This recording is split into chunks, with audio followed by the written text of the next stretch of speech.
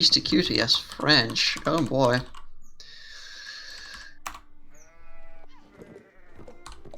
So we have Beastyqt as French, playing as the blue player, and yeah, let me just very quickly switch. Sorry. In the north, in the red, is gonna be Chrysaor playing as the English again. We have seen a lot of English today, haven't we? It's not the first English matchup we are actually witnessing on the day. That's actually the 3 games out of 3 that we've watched today were English against someone. It was actually English against Rus. This time we have English against French, so basically it's another cavalry heavy civilization. Yeah, and I do think that this matchup specifically still favors the French, because the English knights have not been nerfed too much. And I do believe... French knights. I mean, yeah, the French, of course, yeah. So I do think you can get lots done with those early knights against the English, even with this extra TC arrows, right, that you can fire, because this gold is very exposed, for instance, right? So this wood line is kind of exposed, it's relatively far from the TC. So you probably need to protect it with some extra effort against the English. You can probably just, build a tower here, build a tower here. It's already an investment, though. Yeah. So I do believe that the French should be favored in this matchup still. The small micro mistake, by the way, from Beastyqt, he should have just double constructed this mining camp. So the way you should do it is you basically just take the first villager, make him build a house in the mining camp. The second villager just rallies on that mining camp, so that maybe he was immediately. Maybe he wanted to make a mill for that very quick wheelbarrow, but he forgot about it. Some players do like doing it as French. Yeah, I saw this as well. Because what you can do is pick 5 gold and then start building that mining camp, which basically means that when you finish that mining camp, you can instantly start that wheelbarrow. Yeah, but he's not doing this here, right? I've seen this a lot in the past, but... Yeah, he had 0 on wood for a really long time, so that definitely was not the case. Yeah, absolutely. So, the question is what exactly happens here, right? We see actually a very early lumber camp from Chrysaor. I'm not really sure about this. Like, I think it's strongly indicative of the macro play, right? So if you go for something like this, it's kind of often the case that you also go for stone later. He's not gonna... That's a really fast age up. Yeah, 230. Yeah, no kidding, no kidding. 230 with 3 villages. 4. Oh, I thought he was pulling the 4th. No, it's just 3 indeed. Yeah. So it's not gonna be a macro game. He also pulls the villages from gold, which is kind of peculiar because. I do think lots of English players like to keep villagers on gold because that just kind of facilitates, early blacksmith upgrades, for instance, right? You can just get lots of the, extra arrow upgrades or bonus. Sorry, I'm kind of confused here. You can get the Ram Ranch set up very early, but I do not think that's the case here because you don't really want to be doing this, right? You want to kind of stay defensive. I think playing against the French inherently means that you are on the defense here. By the way, thank you so much there, Toby and Neely.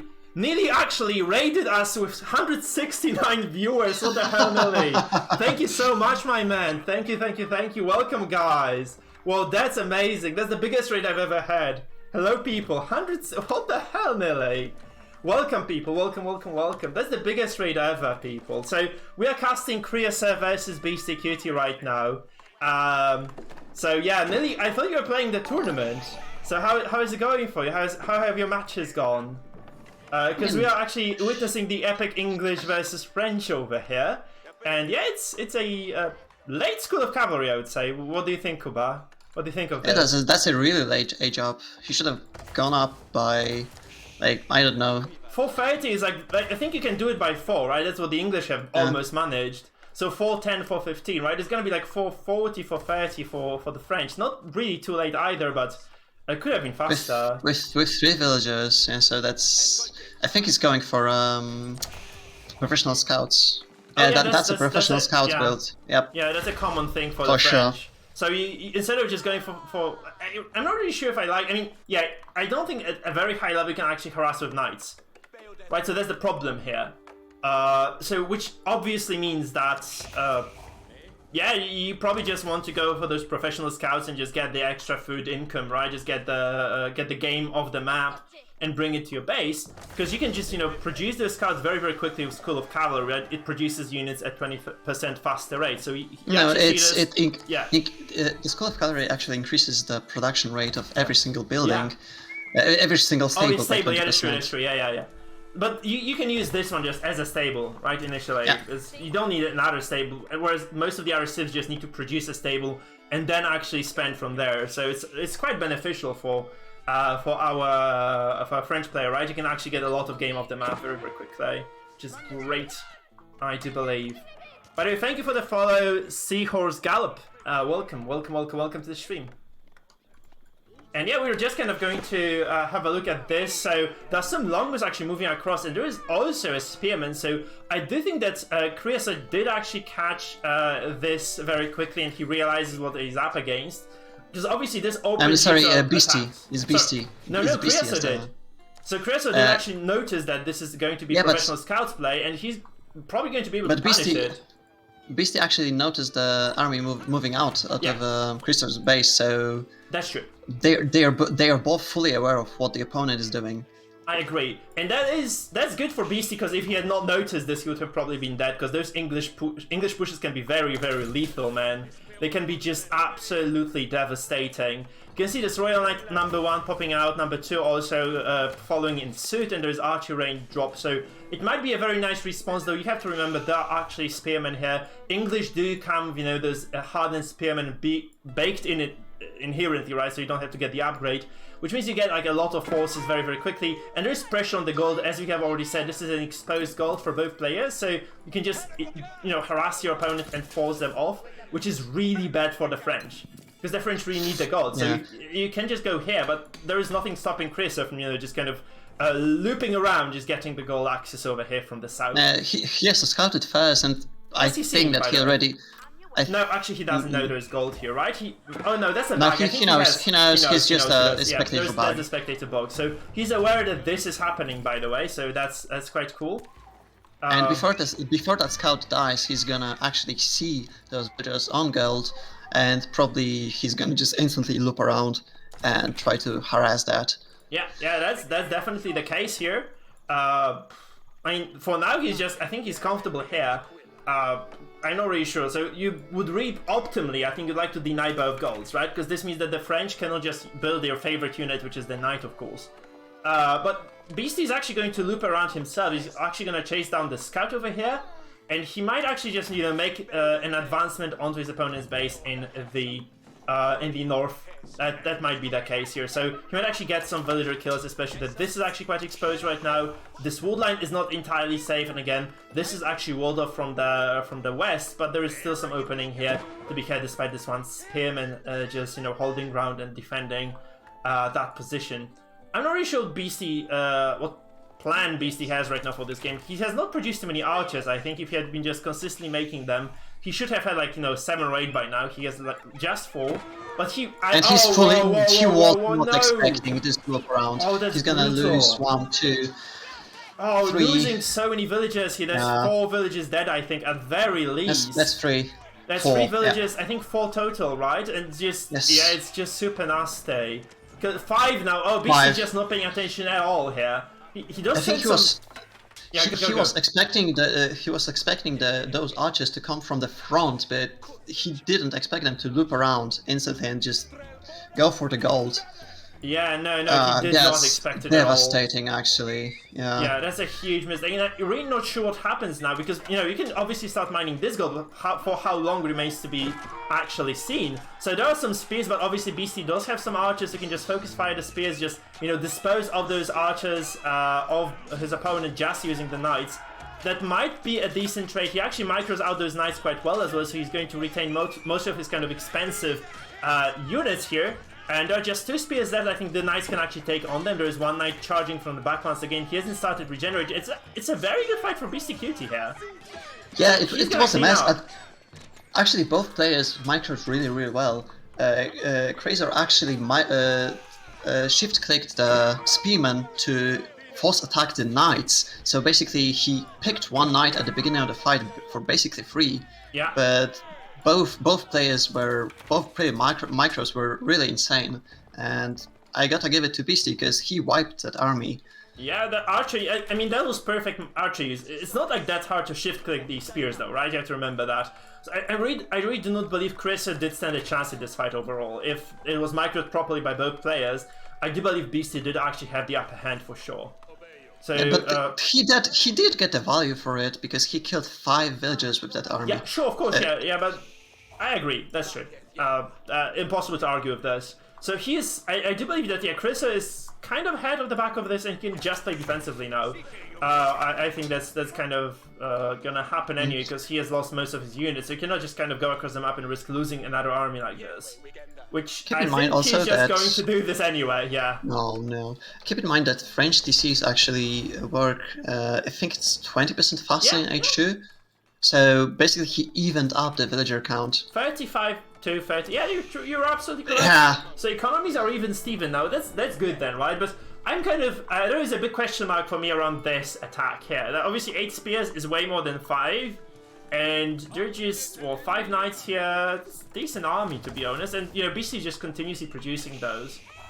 He's also producing archers. So it's going to be an extended feudal game for sure. But the question is, like, how exactly do those units deal with this very large force here? So do you think you can repeat it again? Can you repeat your previous success and just, kill all the spears off? Again, Beasty... I think Beasty is going to lose another bunch of vills. Yeah, that's one. I think there's going to be at least 3 villagers. Yeah, 3 villagers down. And that's perfect. That's very good. Like you can just even back away, right? That's the thing. You can keep a scout alive as the English, and just kind of wrap around the base of your opponent. You can just get a lot done, and that's actually happening here. Beastyqt obviously losing way more than he would be willing to concede. There's a scout who dies, but it is a very nice price to pay for what he actually managed to get done already. And actually, Chrysaor has no more scouts, so he cannot fight in the forest. In this black forest here, true. And I do think that, you just have to run as the English right now, because if you lose this force, you might as well just lose the game. There's so many knights here that they can probably just dive the TC. And look at how fast, like, this is actually a critical knight number as well, where they melt the infantry. And that's exactly what happens. Beastyqt just wipes the floor with Chrysaor's army. He has 9 archers, maybe like some of them are gonna get away, not many of them though. I'm actually wrong here, he just gets away with most of those. So 8 archers saved, all the spears done and dusted.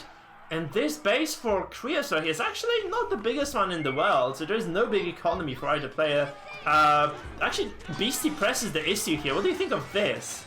Do you like this fight for Beasty? That's a really weird fight, especially that he from the previous encounter his knight didn't heal yet. No. So basically I think he pulled 5 knights total, 4 knights with low HP from this previous fight. So yeah, but we have to commend Beasty on his mic, right? He's just very good at pulling out the knights on time. He just gets them out of trouble and just very low HP.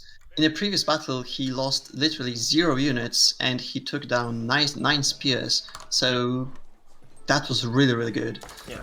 Guys, just a quick reminder, if you are enjoying the cast, remember to follow. We do cast most of the tournaments that are ongoing. I also stream, not daily, but like 3-4 times a week. I'm like 1K, top 1K player, top 500 for Mongols. So I'm not that bad. Do follow if you're enjoying yourselves here on the cast. Let's continue. It's not that he's bad, it's just that the Mongols are good. But... yeah, I'm terrible. I'm terrible at this game, but Mongols are too good, man. Mongols are too good. And we see, once again, Chrysaor hoping for a few villager picks. He's gonna get them, isn't he? Because Beasty's very reckless with those kind of outposts here. Like, he just builds the mill and he says like, okay, I'm happy with it. Oh no, and here comes the scout, and he's gonna see it. And that's gonna be at... There's gonna be at least 3 villagers dead. Why is he not moving? Why is he moving? I know because why. They're nice in his base, actually, so he's dealing with a raid. And that's actually very bad, because, he could have cut them off if he had just kind of blocked this passage. Oh, whoa! Yeah, even the English, he lost 1 villager total. Chrysaor was so much distracted that he forgot that there was an army literally next to that mill, and Beastyqt noticed it before Chrysaor actually started attacking. So good play. Those could have been 6 dead villagers. Instead, he just loses 1, and shakes it off, and yeah, that's a really nice play. I mean, this wood line is not a good wood line anymore. And that's kind of slowly becoming a problem for Beasty as well, I think, because he needs to get some wood from elsewhere, right? So this one is quite exposed, you know, because that's basically the normal path for units to go towards you. So before you can get a keep here, it's going to be very difficult to gather resources from here as well. So I think Beasty might be slightly wood started at this point. You need archers to deal with the spear, so...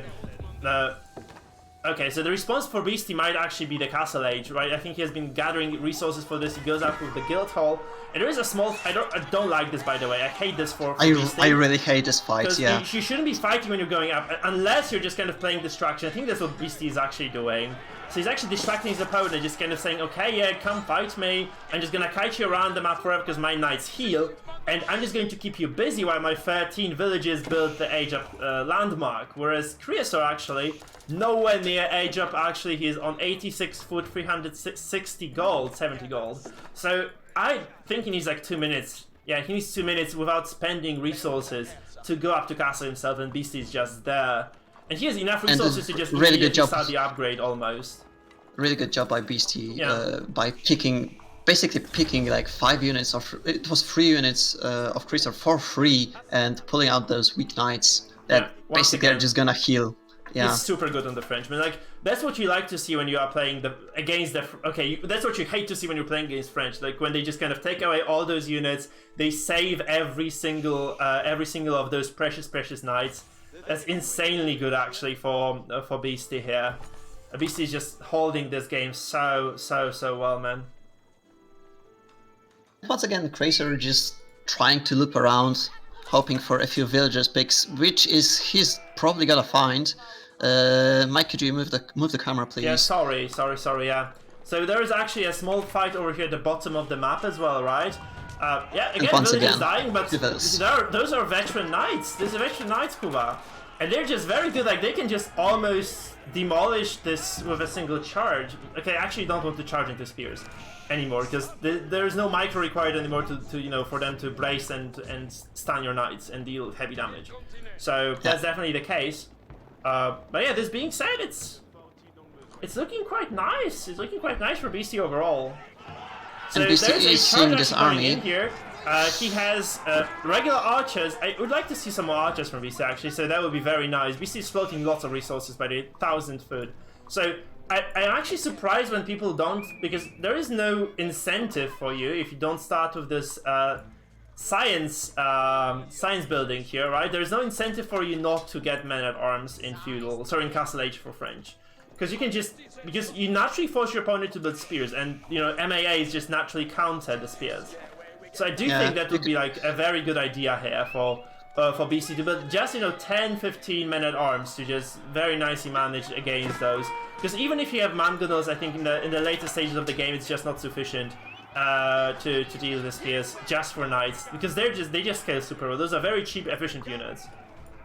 Yeah, you could also think about mangonels. Yeah, but that's not enough usually. That's what Beasty is doing, by the way. So Beasty is doing mangonels. He's just skipping the archer tech.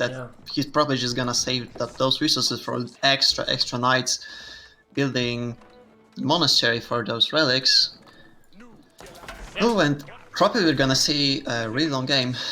Yeah, this might be Castle Age, right? Because we see Chrysaor like almost there, like he's gonna go up with King's Palace, I think. That's a kind of logical extension of this game, just getting the second TC alongside the age upright would be very nice for our English player. He's just gonna do it over here in the eastern side of his base, kind of nicely placed within this wood line, right? So he has a nice opening here to just stay alive. Whereas those archers, those spears, of course, in the eastern side are going to they might be able to hold off against those knights a little bit longer. And obviously getting the veteran spearmen is going to be huge, because they can just basically demolish knights once again. So having a tier disadvantage is very nasty right now for you. Obviously also getting the crossbows, you cannot produce crossbows from this landmark because it can only produce longbows, but you can obviously just build 2 more or 3 more extra archery ranges and just produce more archers from there. That's gonna be great for you. So crossbows are very good against the knights. Could you move over? I want to see what the siege workshop is doing. For Beasty is producing. Hold on, I can just show you. It's producing a mangonel, so that's gonna be a mangonel response. Yeah, it's for kind that of spear given, bulk. right? It's kind of a given, though. Yeah. I'm not really sure. Like, I would probably like to see a keep at some point for the English, because it's just a very strong piece of infrastructure. Like, at the front of your base, you can just kill off a lot of units, because English have just really strong keeps. So, I would really like to see something, maybe even like another wall off here. Like, wouldn't you say it's a good idea? But then again, like, because Beastyqt is actually keeping Chrysaor on his toes with those Royal Knight raids. Like, yeah. basically, he was keeping those knights to the right of his base for a really long time, and basically when he saw that the archers were in the front of his base, he just moved in, swiped a few villages, and lost one knight to it. I really don't like it, by the way. I really don't like it from Beastyqt.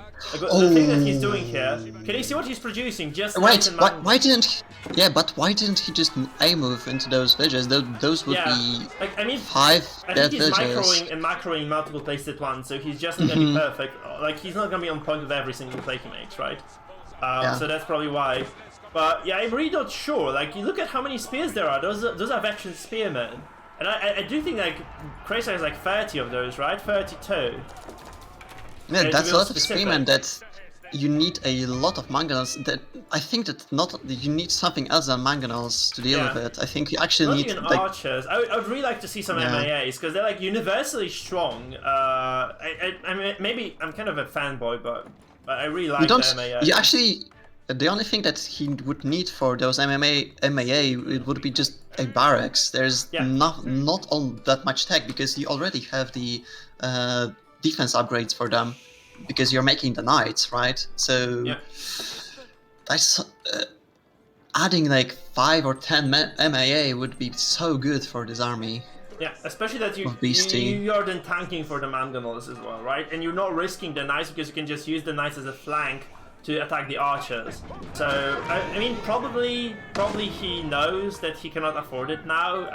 That's my guess. But he has 200, he has 800 food, 900 food. He'd just get 10 for like within seconds.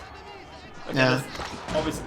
Sorry, that's an exaggeration. Oh, that's gonna be a lot of dead vills. That was a nice shot. No, actually, just one going down. Obviously, this tower probably not long for this world, so 4 will follow.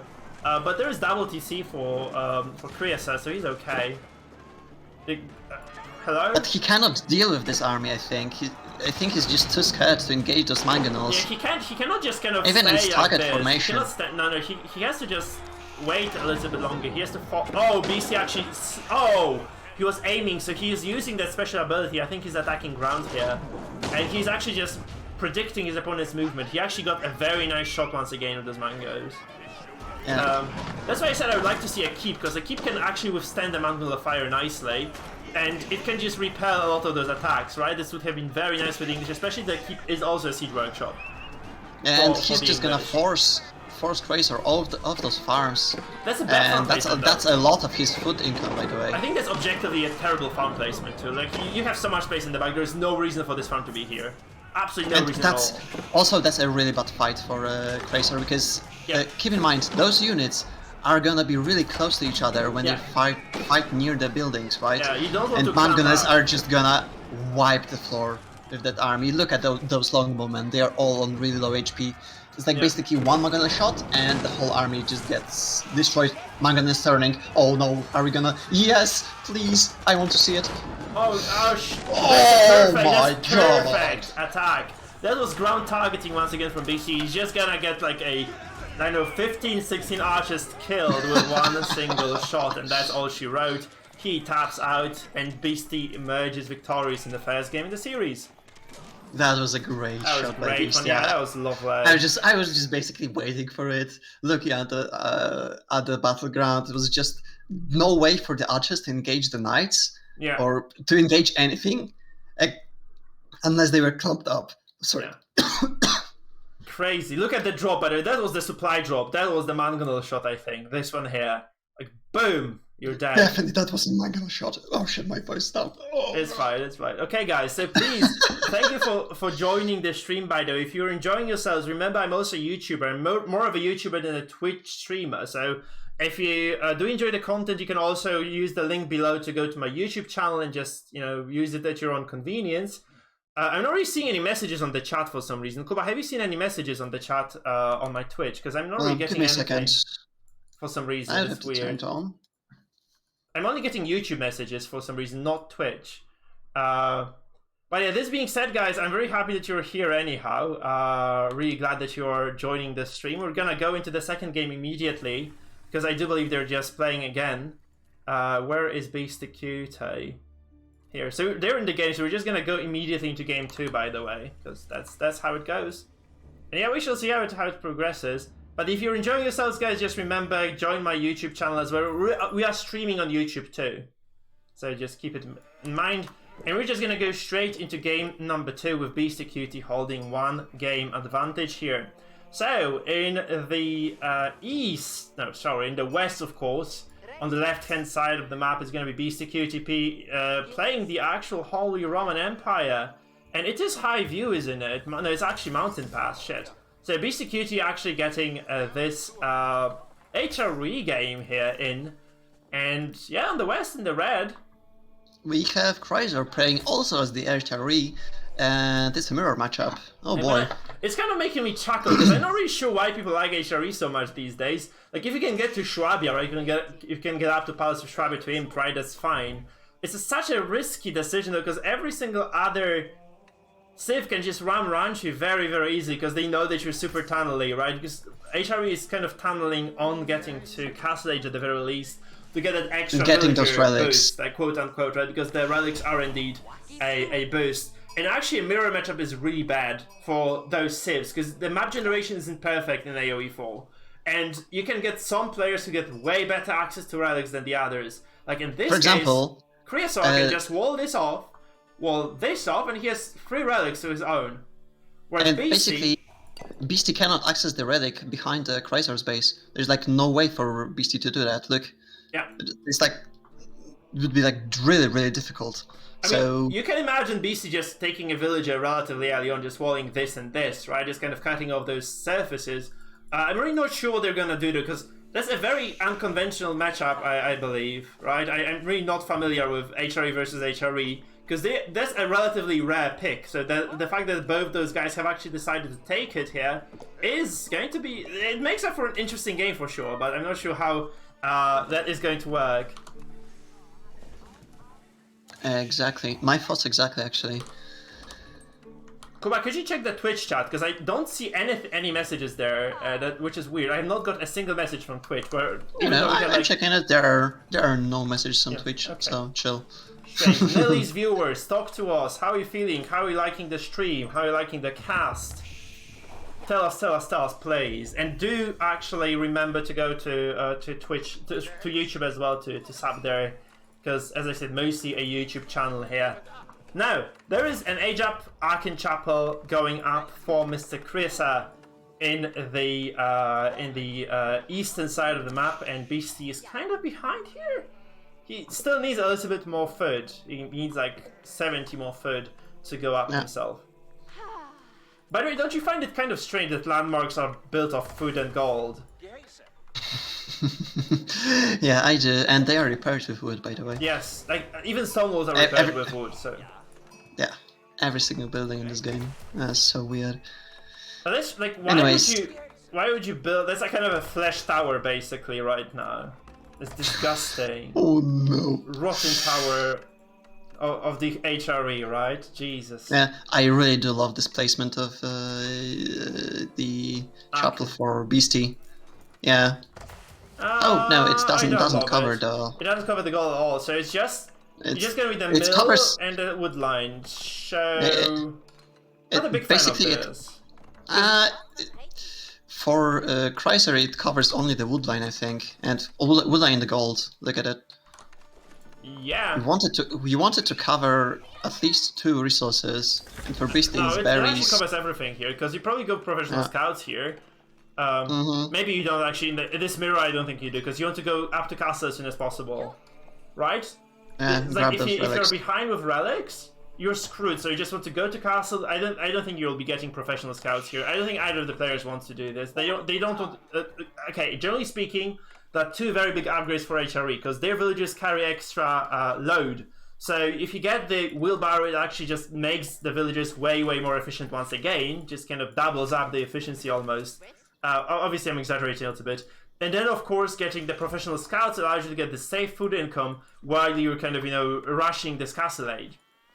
This being said, over here, we don't see that, right? Because if you are spending... Both upgrades cost gold, and if you are playing against another HRE or against Rus, I think, as well, you really want to get up to castle as soon as you can, because this just allows you to essentially get that extra income source, right, from the relics. So... Obviously, you also deny yourself the relics if you're doing something wrong. If you get to castle after your opponent, like you miss the timing by a lot. So I'm not really I'm not digging this, but there might be something behind this. So I think Beasty might have like another kind of idea as to how to play this matchup. So he might actually not want to commit to castle rush. He might just because this is kind of indicating that he's gonna get some infrastructure going, right? 7 villages on wood right now. Is going there's to a stable going down. There's a stable, and there's probably going to be a little bit more as well. He already tried stopping Chrysaor from walling. If you saw this, yeah, he basically lost a scout there, and he's gonna probably try and deny this wall, but I don't think that he's gonna be doing time. So yeah. Weird? Question mark. I'm not really sure about this, because I do believe that like relics are way more important. Of course, like maybe Beasty just realized, okay, I'm screwed in this regard. I'm probably not gonna get this relic, because if Chrysaor just goes up to fast castle, just parks a monk over here, or prelate in this case, right? Because they have prelates, not prelates, by the way. They're called prelates. So if you have that parked over here, you can just snag the relic, and those 2 other ones are basically for free. So yeah, that's how it is. So Beasty maybe cognizant of that fact, he's just gonna say, okay, I'm fine with this, I'm just gonna get extra food. I'm going to just outswarm you with my MAAs in castle and probably win the game there. I think this might be the game plan for Beasty here.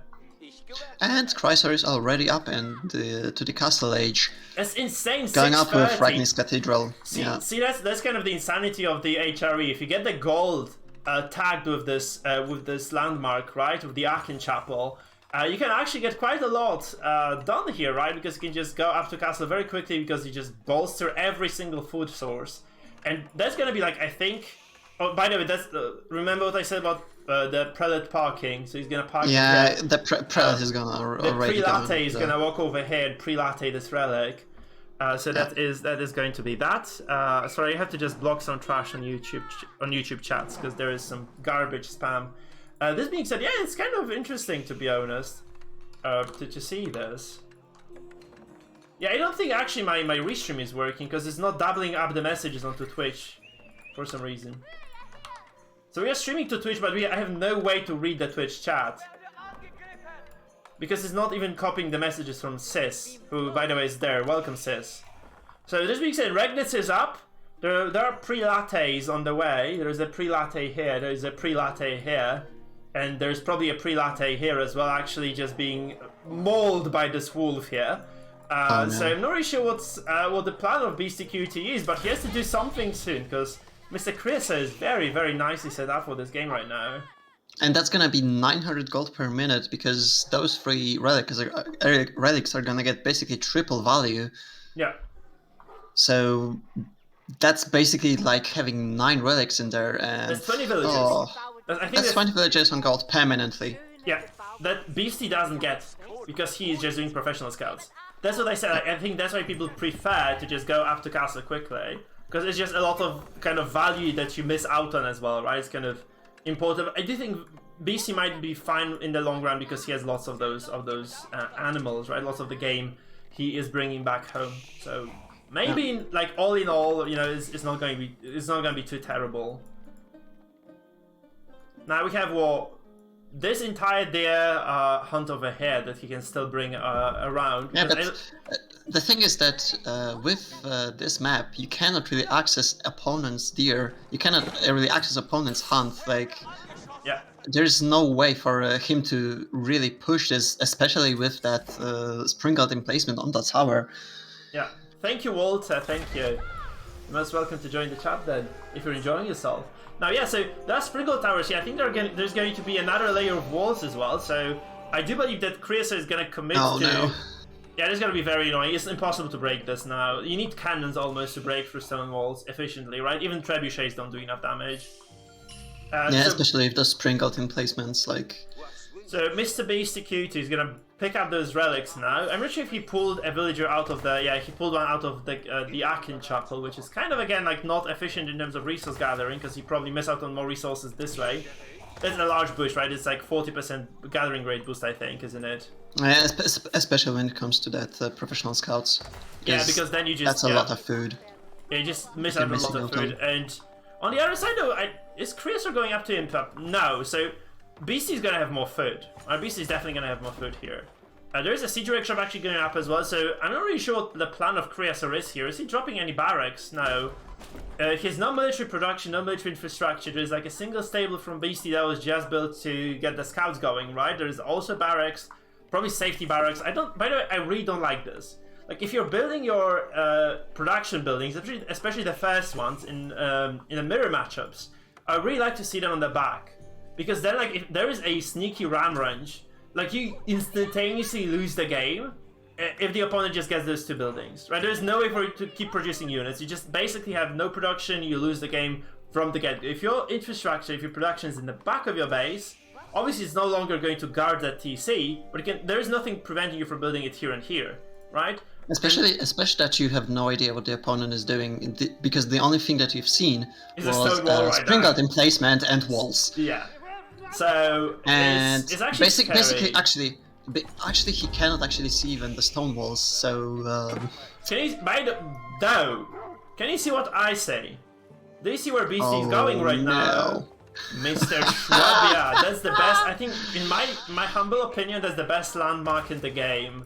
Like the power up for the HRE, if they can get to it safely, is just huge, and that might just alleviate the relic issue, right? Because obviously Beasty is slightly behind on the relics now, but once he gets this, he's gonna have so many villagers that it's just going to be great for him. He's just going to have a huge advantage because he can just basically produce villagers for like 11-12 food, as far as I remember, right? Chrysaor is gonna go for the Palace of Swabia anyways really soon himself, but he's gonna be behind by a minute or so. I mean, nothing stops you at that point to just take all the villagers and build, right? So the difference is not gonna be huge, actually. It's not gonna be big. But anyways, it's gonna be Imperial against Imperial HRE matchup, and yeah, and the scary part is there is just one more relic on the side of Chrysaor, which means there are 3 more relics on the side of Chrysaor, which means he has like a little bit more villagers. But yeah, over the course of this minute when he'll be building, it's maybe like, I think Beastyqt will have made enough villagers to make up for that almost. So it's not as bad as it looks. I think it mostly will come down to the macro play, right? And how well those guys handle this bullshit.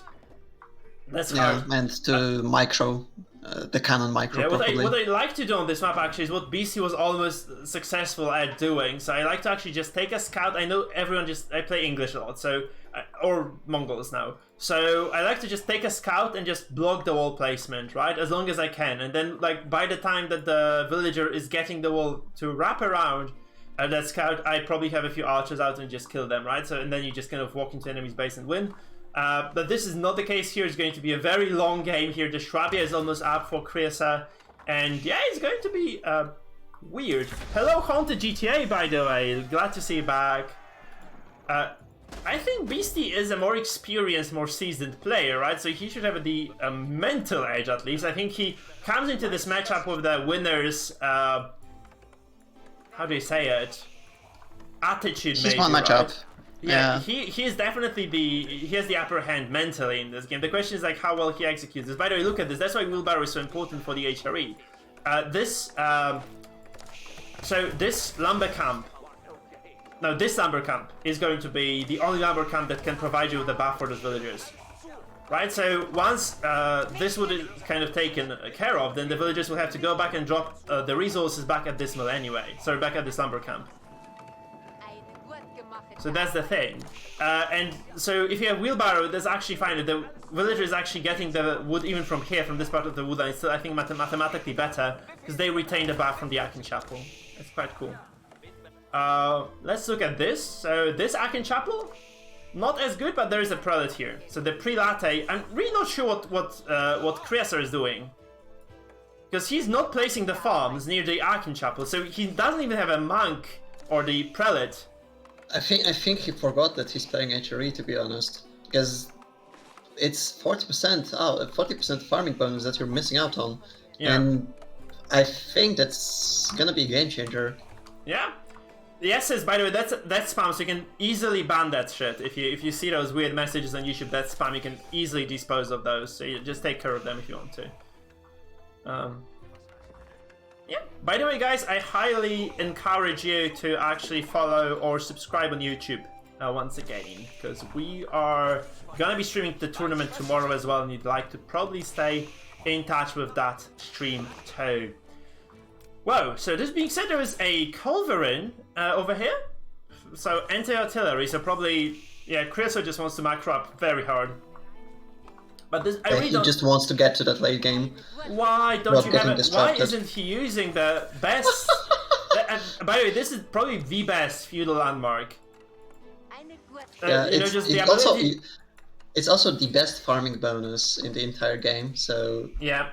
He's not utilizing the bonus of his civilization that he's supposed to, because it's literally 40% more farming. And wait, I think it's 30, maybe because of the way that farming works in this game, because of the farm mechanics. Still, that's so much he's missing out on.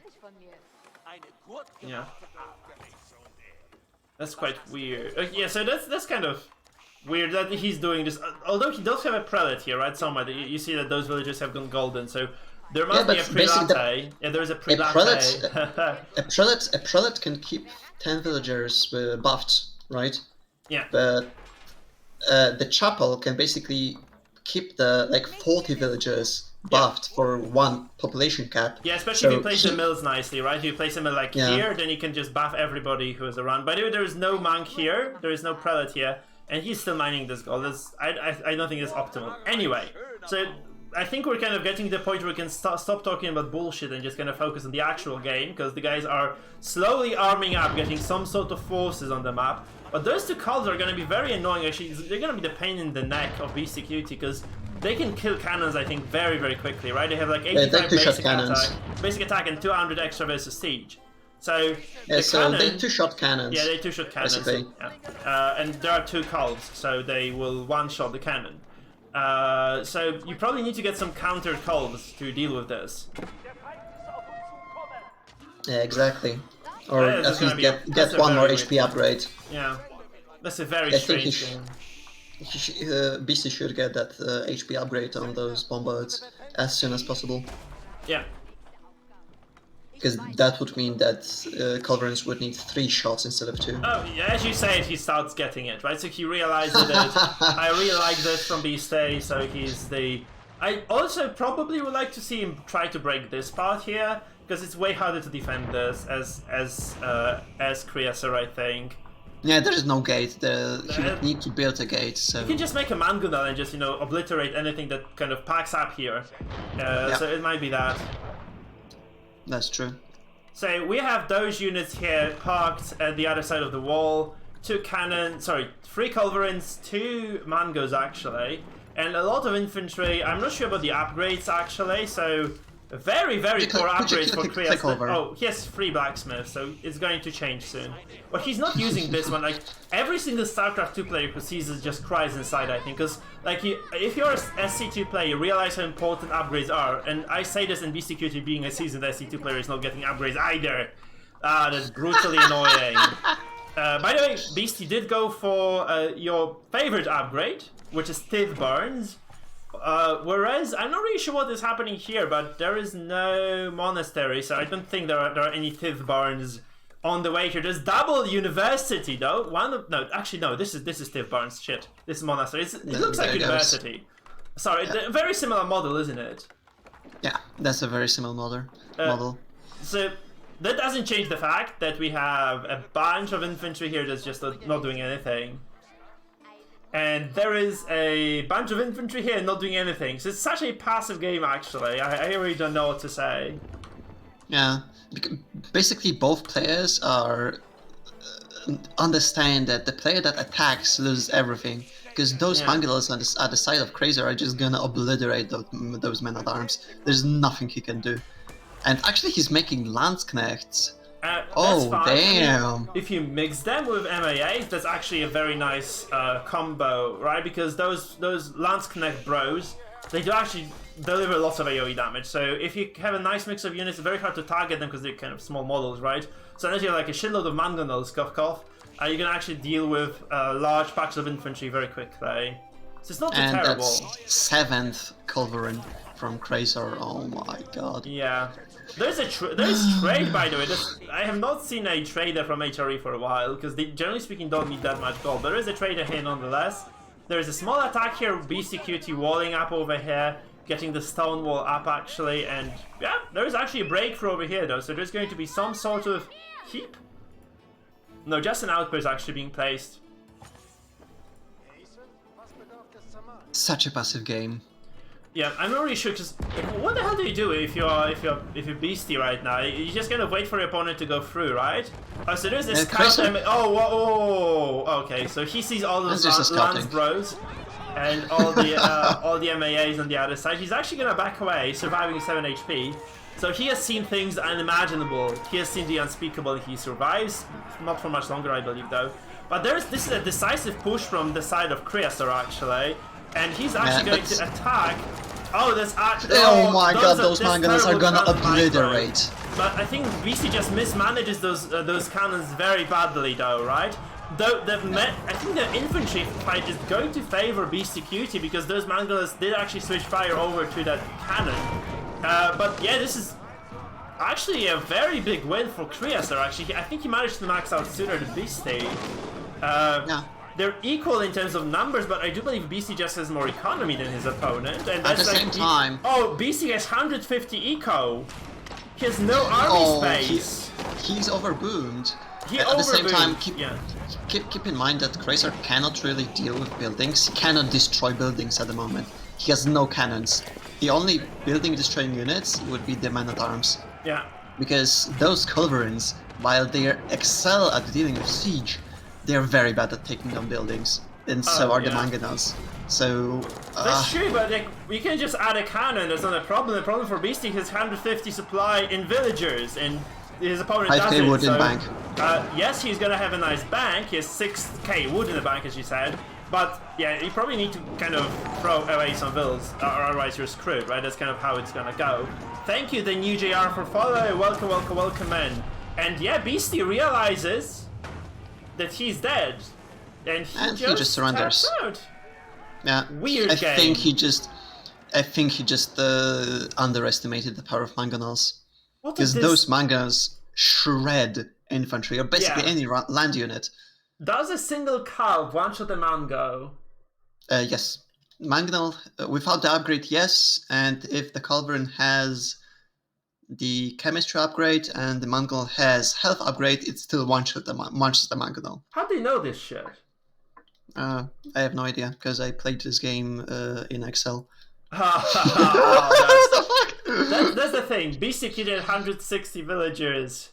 Guys, there is a point in every game where we stop making workers. In StarCraft 2, it's between 80 and 100, generally speaking, right? That's the point. Unless you're just obviously being aggressed upon, then you have to slow down. The thing is, though, that what's with my friend list? What's happening here? Oh, okay, that's because I was looking at offline friends. Where is Mr. Beastie? Oh, they're in the game already. We're just gonna go over. Anyway, AoE 4, I would say about 120 villagers is enough. 130 is a lot. 140 is going to go excessive. And he went 150. This means you can only have so much. You can only have 40 supply units. That's too little. He just lost the game straight up.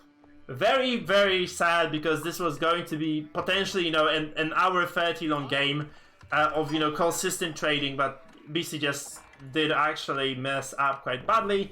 This being said, the past is the past, the series is the series. Would you like to introduce our first player, Kuba? Yes, we have Beastyqt playing as Delhi Sultanate. Oh boy. It's Delhi, right? Yeah, it's Delhi indeed.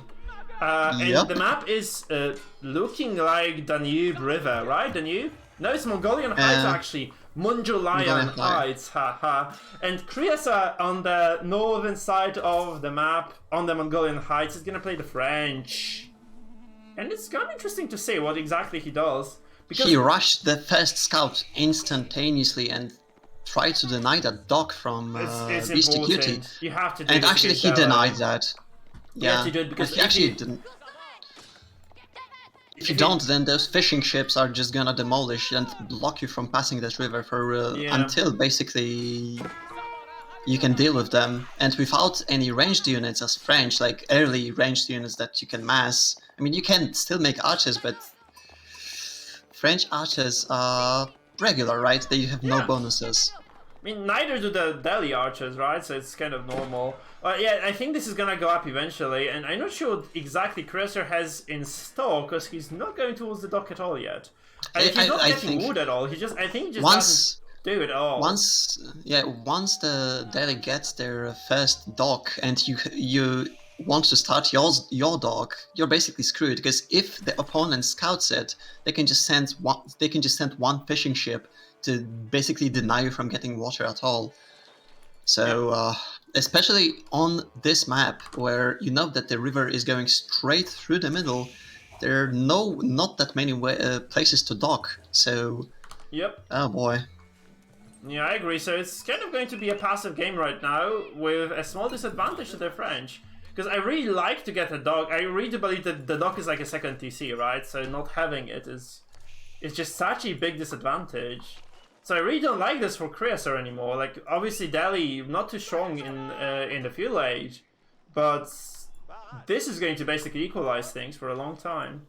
Obviously you can get first of all, you can wall this, right? So this stops the knights from advancing for a long time, unless you get archers, because then you can just deny the repairing villagers. But for the time being, if you are like on top of things, is that you can just wall off those 3 shallows and you deny any access to your base, and you just buy yourself time to keep building your economy, right? Which is exactly what Delhi want to do. I think they're kind of a boomy civ as well in a way. Keep in mind that they can be cheesy, and especially on this map, they can be really cheesy. Because if you do hold control over the water, you can then wall off those sacred sites in the corners. Like, look, they are right next to the river. So if you control the water, you can basically send one ship to each side, and there is nothing the opponent can do unless you have a lot of siege, like late game siege. Can I ask you? Sorry, can I ask the chat? Is the volume okay? Is my brother who is casting with me? Is he loud enough? Is he too quiet? Am I too loud? Just kind of let me know. I can regulate this. Guys, just do tell me. This being said, though, yeah, I agree with you, right? So getting that control over the water, like I don't think you can reach this side with a ship, right? You cannot just kind of reach the outer circle, like this part with your. You can with Castle Age. Ship with cannons. Yeah, but by then it's going to be like a very. I think it's gonna be a solved game by Castle Age, right? I think it's going to be like. I think that the Beastie is gonna go for the sacred sites, because Delhi can really easily cheese you with the sacred site victory. So yeah. I really look forward to this match. Oh boy. But Sanctity is going to be very late now, because they changed the tech. Right, they changed the tech quite a bit. They did change it. They did change it. So basically, it comes up. The Sanctity. You can start researching Sanctity in feudal age, and we're most likely gonna see Beastyqt start researching it the second he's feudal. And the thing about Sanctity is that it first of all triples the income from every single sacred site, and also enables you to capture the sacred site earlier, while in the past it was one of the most broken techs, because you could just go basically place that holy building the second you start the game, start researching it, and by the time you went feudal, you were able to actually capture sacred sites. Now it's no longer possible, but what you can do is you can start researching it in feudal, then go up to castle, and basically the second you hit castle, you can utilize it. Yeah, but so BC is not doing this at all. BC is just going to go for efficient production. So you can see this might be a bit more of an aggressive game then, because efficient production is allowing you to, or does allow you to actually place a scholar within your military production building. And it just means that you can just double produce from the building. So it's like 1 barracks is 2 barracks, which is very good, by the way. It's very cool. Because it just means you spend less wood on infrastructure. Again, very good stuff. Yeah. Like, any production boost is great. It's like China, right? Just worse. Yeah. China, but worse. But you spend less to do this as well, because the Dome of Faith, right, does actually allow you to build those scholars at a relatively cheaper rate. Wait, is Beasty still... He's still Dark Age? He is. What's happening? Look at the amount of sheep he has. Look at the amount of sheep he has. Yeah, but like, what is happening here? It's 6 minutes. Okay, I think 6 minutes is the point in time at which you should already be going feudal, even if you're going for the water play. He's going for a fast castle. So, so you're saying he's just gonna delay this a little bit more. Oh, that's why he has not started the Sanctity, because he can only do this in feudal age. Yeah. That's actually a very weird build. I really don't understand Delhi tools. I'm very glad that I have a very seasoned Delhi player with me here. So this makes more sense to me now, yeah. So you're just gonna go up with this Dome of Faith, of course. There are actually two French... No, there's a scout and a knight actually taking down the single villager. That actually is gonna be traded for... I think it's a good trade for... And it's a knight. Now, yeah, it's a perfect trade, because he takes down that knight, and there is no longer a knight threat, because the knight... not gonna build up, right? It's impossible to build up the count anymore. There's actually also full wall, so any more knights that are going to be built cannot pass through. So basically the raiding threat is gone, and he can just do whatever he wants, except that, well, he might get pushed now, because we see a tower, and we see the French player still making those knights. He has 3 knights already on the field, and both players actually have scouts on the opponent's side of the map, so they both are fully aware of what's happening. Yeah, there's also Sanctity research. Right, so he actually goes to Sanctity right now. It's going to be 4 minutes, so as you said, probably like a fast castle strategy. And yeah, those walls are, I think, are going to be very difficult to take down, because the fishing ships can, as you said, just defend it. So he can just move with the fishing ships and absolutely deny everything. I'm not sure if this is a good investment either, because the dock can repair against a single shooting tower.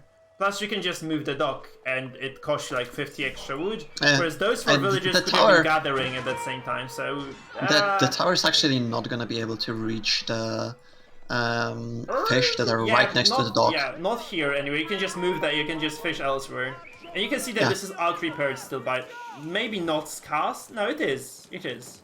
No, it is fully out repaired. It is fully out repaired. Not with the garrison knights. No. So that's gonna eventually just take down the ship. Oh, Beasty is fast with his mouse clicking, and he's actually fast enough to just get away with this ship. With 1 HP. that fish was left. And you were wrong. HP. It actually reaches the fish. So well, you probably want to just move the dock elsewhere. There's gonna be kind of a weird... See look at it. It doesn't reach it fully. Oh, but here comes the second tower, and that's gonna be denying a lot more. How much can you micro this?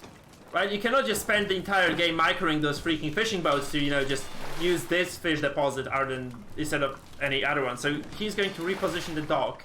I think the good response would be to cancel this tower and just kind of look for the second dock as well. But that's one basically 200. Wait. 100 resources plus the arrow emplacement, which is arrow slits, which is 25 gold and 50 stone, but he's not gonna get it because there is no point anymore. He has denied this position. This being said, Beastyqt is slowly going towards the castle age up. I do believe Chrysaor as well. It's gonna be a macro game, and I do believe that Beasty is gonna have a huge advantage here, because there are 2 TCs for the French, and sure they are producing more villagers. But at this time, this is like full water domination for the French, for the Delhi. And the worst part is that you can actually just, well, what am I saying here even? You can get multiple docks, right? So you can just get multiple fishing slots. And finally, in Castle Age, you can start producing those demo ships. And this is a huge threat, because anytime you're trying to cross the river with your forces, you can lose the entire bulk of them. I actually that happened to me. Like, I was playing a perfect freaking Mongol game against another Mongol player, and they just explode shipped my entire army, and I lost immediately. So you can lose like 80-90 supply to a single ship if you're not paying attention for a split second, which is very, very scary. Mike, could you mouse over the Beastyqt's building, because it can be a really cheesy thing, because he's aging up. Could you look it up? What building is he aging up with? Compound. Oh my god. There's gonna be stone walls, right? This allows you to build stone walls immediately. It means that I think he's going for the sacred victory, because this makes infantry able to build stone walls. enables the infantry to build stone walls and towers. So you can achieve a really disgusting victory. You can basically stonewall and make mangonels, and there's nothing opponent can do until they reach Imperial, basically. Yeah, I mean, you have to stonewall everything. You have to stonewall around this as well, right? Because otherwise, you can drop with the ship. But he controls the water. If he controls the water, there's nothing true. that Chrysaor can do, actually. But it's still the matter of reaching this part, right? I do think that Chrysaor is gonna realize he should catch the wind of this, right? He should be able to just kind of go towards that sacred site in the south and build a keep here. Yeah, but look at Beastyqt. He's just scouting for that. He's looking for those villagers just to make sure. Like, if he sees those villagers, he knows that he can't do that. Yeah. But that scout is just having a look at whatever Chrysaor is doing. So, yeah, the question is, like, what exactly is going to be the response from Chris? So he's gonna go up as well with the guild hall. No surprises there at all. Yeah, there's gonna be sacred site number 1 going towards his opponent, but I do think that you should, like, Chrysaor is already getting stone, isn't he? Or does he just have the excess from before? I think he has the excess from before. But yeah, you'd like or to he have might a be keep dropping there. a second You really want to have a TC. keep there for sure, right? You just want to have a keep. Yeah. Even at the back, like here, that would be perfect because then the ships cannot reach it, and the traps have to kind of go all the way towards the water to reach it. So just getting the keep here would be just very nice. Just, you know, securing this location. Not really sure what Beastyqt's plan is, but it's a very passive, slow game nonetheless, right? It's just going to be there's a lot of stables. So many stables, actually, 4. Yeah, and also the relic placement on the map is also in favor of Chrysaor. He has 3 relics on his side of the map, even though they are right next to the river. It's gonna be impossible for Beasty to get them because Chrysaor has already walled and he has the military advantage. You can still take the transport ship and, you know, just ferry those over. And it shouldn't be a problem because they are very close to the water too. Like, this one may be out of reach, but this one is kind of available. No, both of them are very much available. Yeah, just a actually, all three of them are available, but basically it's all up to Beasty to notice that. How much he focuses, because you have to say, like, relics are a very large APM tax. Just kind of getting them in, you know, moving the monk, also clicking the monastery. It's something that you just kind of have to keep in mind on top of a lot of other things that you're doing. So it's not easy to just kind of make that call, I believe. And look at Beasty's production. Nice, military production facilities. And the Bagla. He has a lot, yeah. Whereas so his opponent, Chrysaor, is working on the Arbaletiers. Weird. I mean, yes, against knights they're okay, right? They're also good against any ranged unit because the French crossbows get the shield deployment, where they can they are also immune to range damage against. Yeah, but they are also extremely powerful against elephants, and I think he's gonna. Those elephants are weird. If he adds like 1 or 2 elephants, they can really disrupt the enemy. Yeah. In terms of army count, you have to say Chrysaor has just 2 units now, right? Whereas Beasty is already on 7 knights. It's kind of a large advantage in terms of production, like depending on how this game develops. We'll actually see those knights just raiding very soon, right? 7 knights with some upgrades is just going to be very difficult to deal with. You can see actually they're going through the gates right now. It's going to be the first raid of the game happening. So this might be something. I don't really dig this. I'm not really sure about like attacking the towers with knights. I'd like to see them like, you know, distracting the forces of Chrysaor like elsewhere. I think he's just trying to get that tower. But it's a fortified tower right now. It's like, you know, it's gonna take a while, and this ship is taking lots of punishment. Yeah, but ship's gonna get repaired, and there's like, I don't think that ship is gonna move anytime soon because I think he's looking for that sacred site. Knights are expensive right now. too. It's 240 resources for around the same in the tower. Yeah, but keep in mind that Beastyqt has that sacred site, so he basically has, what, 6 villagers, and he's gonna snag that relic. Yeah. Yoink! We might see another relic, honestly, over here as well. Like, these 2 are very much for the taking if you just build a transport ship, really. And you can probably just swim it under this tower, it's not a problem. So I'm kind of curious if Beastyqt just has enough APM to do this, to execute that maneuver while just macroing up. There are also those knights that we have seen before, you know, just moving through the north of the base of Chrysaor, and they're just going to see this, but Beastyqt is going to decide against attacking this woodline. I'm not sure why. He can't see this woodline because the way but that he saw the vision works. There, so... No, he saw only the tower building, and he saw that there are chopped trees and that there is a lumber camp. See, there is no vision unless he enters the chopped area. You can't actually see the villagers. If he has seen the villages that were there, he would immediately enter. But because of the lack of vision, he had no idea. See what we see, in other words. Yeah, that's reasonable. Yeah, exactly. There are 4 more knights. Actually, he's not microing them at all. There's actually something happening here that is preventing him from doing this. He has 4 knights over here. He's gonna charge again. I'm not sure that's a good idea, right? Against those crossbows, probably you should just stay away and just wait for mangonels or something. Because they're very difficult to deal with. Like, the French mid-game is actually quite solid with those really good arbaletiers. If the fights are stationary, you know, if there's not much movement, they are very good, because they can just deploy the shields, which gives them 5 ranged armor. You can get the melee armor upgrade 2, I think, somewhere. Yeah, it's in the archery range. Yeah, okay, Gambus, it's just a Castle Age tech as well. Castle Age tech, yep. Yeah, so you can get it immediately. It's not too expensive either. Then your crossbows are almost immune to melee damage. Okay, that's an exaggeration again. They can do a lot more in trade. Basically, the men-at-arms don't have any chance at all against arbaletiers. So they're very strong. Very good unit, guys. I do recommend making this if you're French. It's actually very uncommon for French to go into... I'm actually happy to see this, because I do enjoy like the French mid-game. I think it's very strong. But many people just opt to, you know, just go for the early pushes, you know, just those early attacks, early fights. And you just don't see those cool advanced French units. Because French... and Beastyqt's fish is going down. Yeah. Oh, no. He doesn't see it. And bada boom. Oh no, that's what I said. That's disgustingly annoying. And you hate to see it if you ever experienced this. That's the most discouraging thing that can ever happen to you. This is about, like, I think 1,000 resources, even more probably, lost. In a matter of, like, you know, a single slip of mind, just seconds, you might not even notice this shit coming. And it just has so much AoE, it just obliterates the entire army of Mr. Chryasor here. And Beastyqt is just going to use this opportunity to raid his opponent. Yeah, and he had that crossbow army that would basically demolish the knights. But due to the demolition ship... He got demolished. Oh my god, that's gonna be so many. That was... He got rammed, man. He got rammed.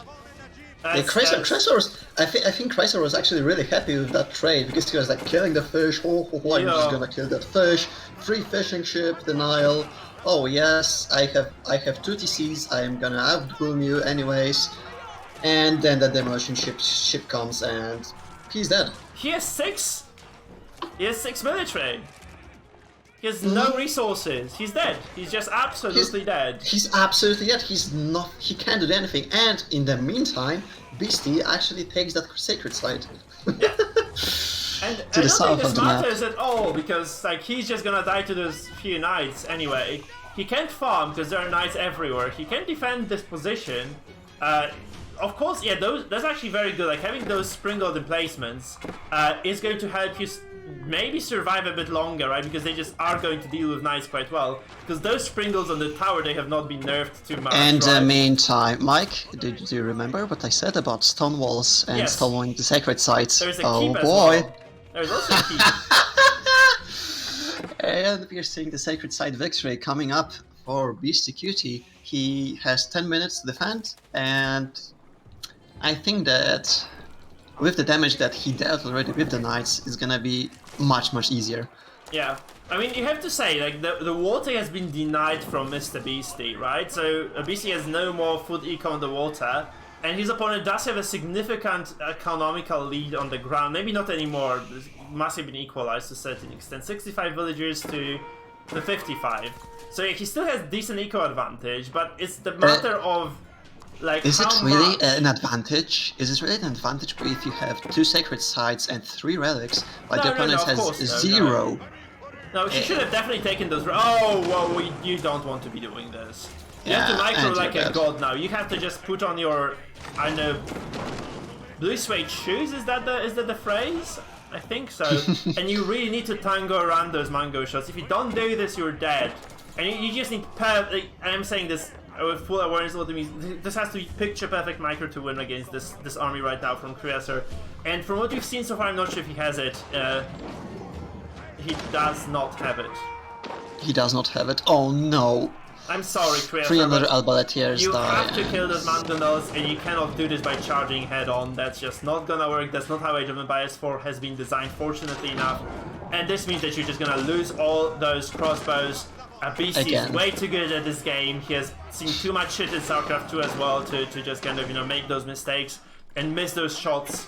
That's basically disruptor shots almost right now. And he's just going to, you know, do a lot of damage over here. He's gonna overwhelm those crossbows.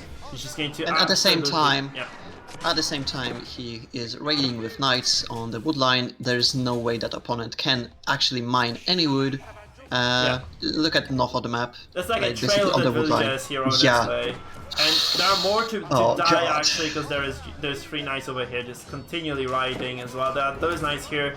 Chrysaor realizes he's done for. He has been done for a while, by the way, but this is the final nail to his coffin. And down he goes. In Beastyqt, he advances to the next round, whereas Mr. Chrysaor unfortunately has to, you know, wait for the next tournament probably. That's how it is. To be honest, the play of the game was that demolition shot. Shot. It absolutely turned the game, because Beastyqt had 7 knights at the moment, right? There was no army except for what was it, 15 arbaletiers there, right? He was just killing the fish. That was free eco that he wanted to be gone from his opponents, and the second he didn't look, he basically probably just moused over his town centers or something. He lost everything. Yeah, I'm just looking at the bracket to see